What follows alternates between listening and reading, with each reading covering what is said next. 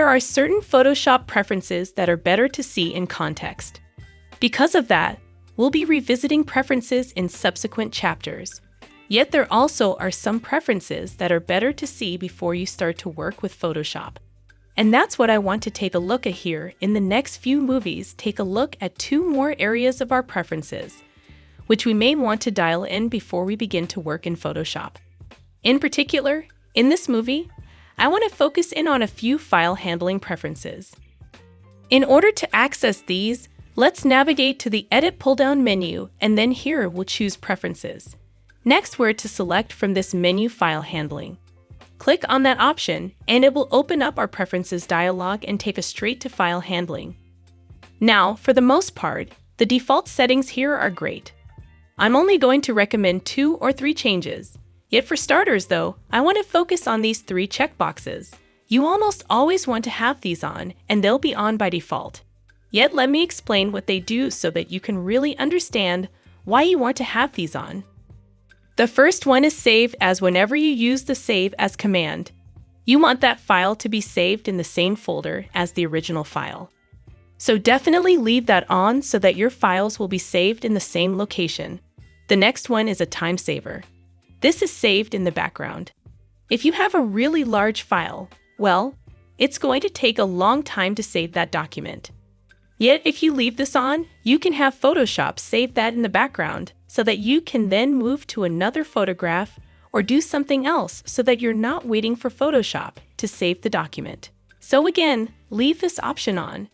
It's a real time saver. Next, we have the ability to turn on Automatically Save Recovery. Now we can have Photoshop perform this at different increments. And let me show you those, and here's where I'm going to recommend a change.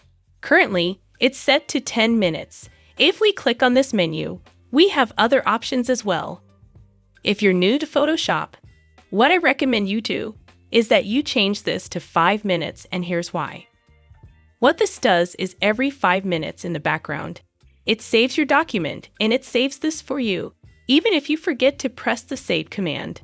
And this is really helpful. And here's why.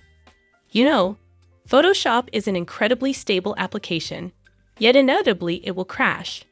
And if Photoshop crashes and you haven't saved your document, well, you will lose all the work that you've done. And sometimes maybe you've been working on your document for half an hour and you have lost all of that work. That is, of course, unless you've turned on this option. If you turn on this option, you will only lose your work in this case, 5 minutes of work, because this autosave will be happening in the background. And if Photoshop crashed, and then when you reopened it, it would open up this recovery file, which it had been saving for you. Now, the disadvantage of this is that it might slow down your workflow because you're asking Photoshop to save very frequently.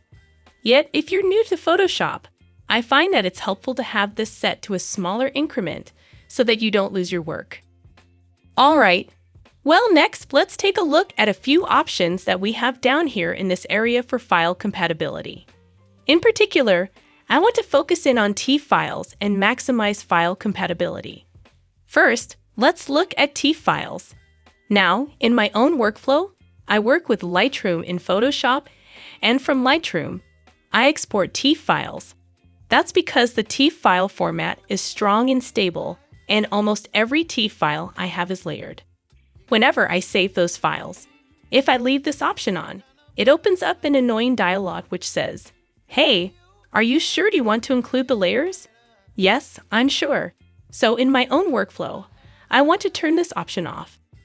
If you're ever considering using that file format, which is a great file format, I recommend you turn that off because when you're working in Photoshop, you're almost always working in layers. And when you have that option turned off, you'll be able to skip that one dialog and it will just speed up your overall workflow. All right. Well, next we have an option for file compatibility. Now, this is kind of interesting. We have 3 options here. We have Never, Always, and Ask. Let me tell you why you might want to choose one of these options. Let's start with Never. You may want to choose Never. If you're just working in Photoshop by yourself, and you aren't ever sharing your files with someone else or accessing them in different applications, you may want to turn on the option for always. If you're working with Photoshop in another program like Lightroom, and the reason is that what file compatibility does is if you have a layered Photoshop document, it also saves a flattened version of that document inside of the file. In that way, you can then access and read and work with a document in a program like Lightroom. So if you know that you're going to be working with multiple applications, you may want to choose Always. On the other hand, you could choose an option like Ask Here. When you save a file, it will say, "Would you like to maximize the file compatibility?" And then you can define or decide yes or no. Now, in my own workflow, because I use Lightroom and because I use Photoshop, I'm going to choose Always. But again, make the appropriate selection for your own workflow. All right. Well, last but not least, we have this recent file list contains. This is a really handy way to access and open files that you have recently worked on. Let me show you where you'll find this, and then let's jump back to this preference in just a moment here. I'll click OK in order to apply these preferences, and I'll navigate to my File pull-down menu, then I'll choose Open Recent. Here you can see the files which I've worked on recently. In this case, I just worked on a few, yet if I had opened up, say, 30 files, I could display all of those here in this list, and you can define how many files you see in this list back in those preferences. So let's do that here. If we go to Edit, Preferences, and then File Handling, when you click on File Handling, it will reopen our Preferences dialog here down below. We have the recent file list contains.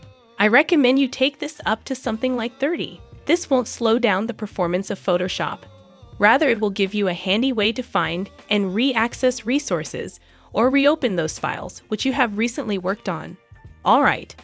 In order to dial in all of those file handling settings, all that we need to do is simply click OK in order to apply them. Hey there! Are you loving our Photoshop for Photographers series? Well, we do not want you to miss a thing.